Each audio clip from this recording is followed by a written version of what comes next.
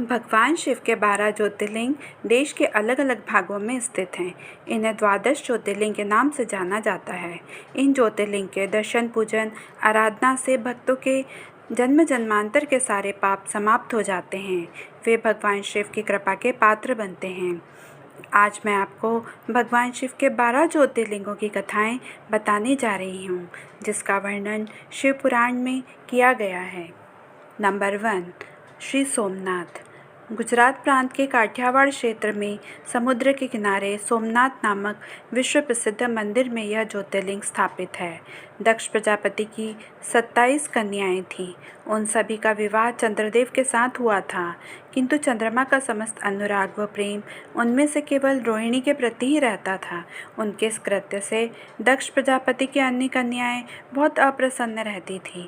उन्होंने अपनी यह व्यथा कथा अपने पिता को सुनाई।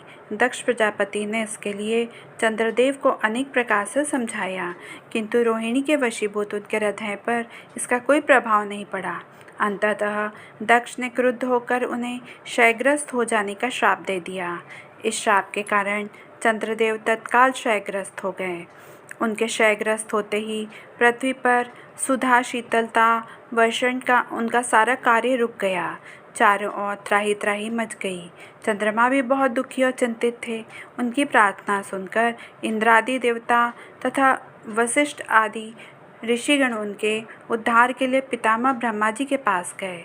सारी बातों को सुनकर ब्रह्मा जी ने कहा, चंद्रमा अपने शाप विमोचन के लिए अन्य देवों के साथ पवित्र प्रभास क्षेत्र में जाकर मृत्युंजय भगवान शिव की आराधना करें। उनकी कृपा से अवश्य इनका शाप नष्ट हो जाएगा और ये रोग मुक्त हो जाएंगे। उनके कथनानुसार चंद्रदेव ने मृत्युंजय भगवान की आराधना का सारा कार्य पूरा किया। उन्होंने घोर तपस्या करते हुए 10 करोड़ बार मृत्युंजय मंत्र का जप किया।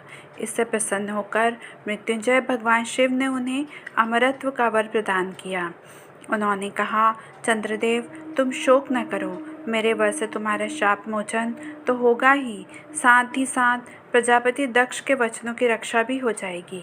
कृष्ण पक्ष में प्रतिदिन तुम्हारी एक एक कला क्षीण होगी, किंतु पुनः शुक्ल पक्ष में उसी क्रम से तुम्हारी एक एक कला बढ़ जाया करेगी। इस प्रकार प्रत्येक पूर्णिमा को तुम्हें पूर्ण चंद्रत्व प्राप्त होता रहेगा। चंद्रमा को मिलने वाले इस वरदान से सारे लोगों के प्राणी प्रसन्न उठे। सुधा का चंद्रदेव पुनः 10 दिशाओं में सुधा वर्षण का कार्य पूर्ववत करने लगे। शाप मुक्त होकर चंद्रदेव ने अन्य देवताओं के साथ मिलकर मृत्युंजय भगवान से प्रार्थना की कि आप माता पार्वती जी के साथ सदा के लिए प्राणों के उद्धारार्थ यहाँ निवास करें। भगवान शिव उनकी प्रार्थना को स्वीकार करके ज्योतिर्लिंग के रूप में माता पार्वती जी के साथ तभी से यहाँ रहने लगे। श्री मल्लिकार्जुन। एक समय की बात है, भगवान शिव जी और माता पार्वती अपने दोनों पुत्रों के विवाह के बारे में विचार कर रहे थे, लेकिन दोनों ये निर्णय नहीं कर पा रहे थे कि पहले गणेश जी का विवाह करवाएं या कार्तिकेय का। फिर उन्होंने दोनों पुत्र श्री गणेश जी और कार्तिकेय जी को अपने पास बुलाया और बोले कि तुम दोनों में से जो पहले पूरी पृथ्वी का चक्कर लगाकर यहाँ वापस लौट आएगा, उसी का विवाह पहले किया जाएगा। माता पिता की यह बात सुनकर श्री कार्तिकेय स्वामी तो अपने वाहन मयूर पर विराजित हो तुरंत पृथ्वी प्रदक्षिणा के लिए दौड़ पड़े, लेकिन गणेश जी के लिए तो यह कार्य बड़ा ही कठिन था। एक तो उनकी काया स्थूल थी, दूसरे उनका वाहन भी मूषक चूहा था।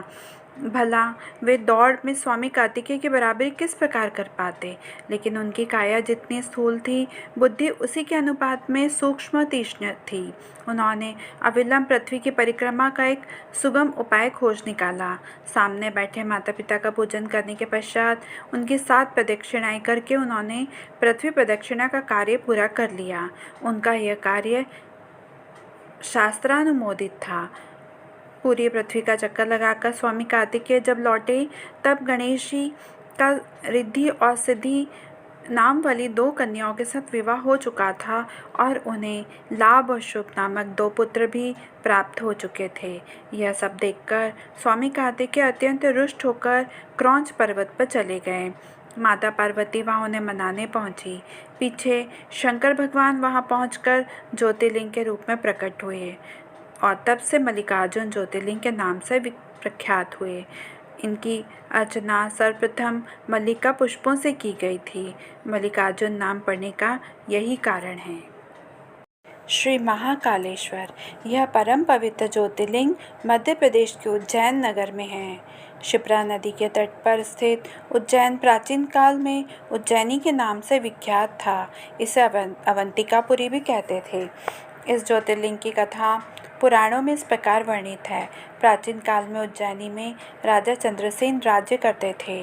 वह परम शिव भक्त थे। एक दिन श्रीकर नामक एक 5 वर्ष का गोप बालक अपनी माँ के साथ उधर से गुजर रहा था।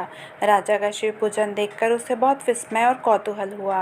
वह स्वयं उसी प्रकार की सामग्रियों से शिव पूजन करने के लिए लालायित हो उठा। सामग्री का साधन न जुट पाने पर लौटते समय उसने रास्ते में एक पत्थर का टुकड़ा उठा लिया। घर आकर उसी पत्थर को शिवरूप में स्थापित कर पुष्प चंदन आदि से श्रद्धापूर्वक पूजा करने लगा। माता भोजन करने के लिए बुलाने आई, किंतु वह पूजा छोड़कर उठने के लिए किसी भी प्रकार तैयार नहीं हुआ। अंत में माता ने झल्लाकर पत्थर का वो टुकड़ा उठाकर दूर फेंक दिया। इससे वह बहुत दुखी हुआ और बालक जोर जोर से भगवान शिव को पुकारता हुआ रोने लगा। रोते रोते अंत में बेहोश होकर वह गिर पड़ा। बालक की अपने प्रति यह भक्ति और प्रेम देखकर भोलेनाथ भगवान शिव अत्यंत प्रसन्न हो गए।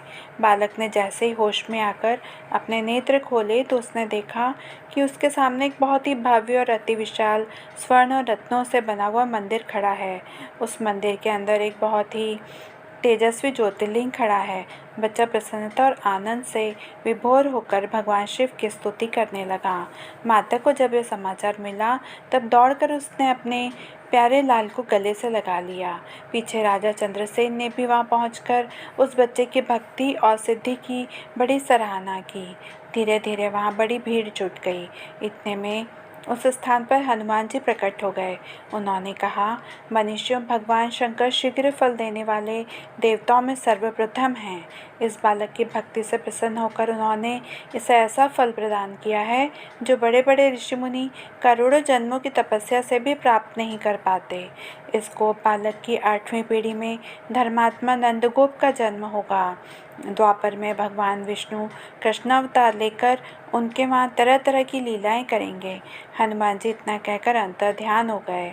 उस स्थान पर नियम से भगवान शिव की आराधना करते हुए अंत में श्रीकर, गोप और राजा चंद्रसेन शिवधाम को चले गए। शेष ज्योतिर्लिंगों की कथा अगले ब्लॉग में प्रस्तुत करूंगी। हमारी संस्कृति से जुड़ी इन कथाओं को आगे बढ़ाने के लिए इस चैनल को सब्सक्राइब करें और लाइक करें। धन्यवाद।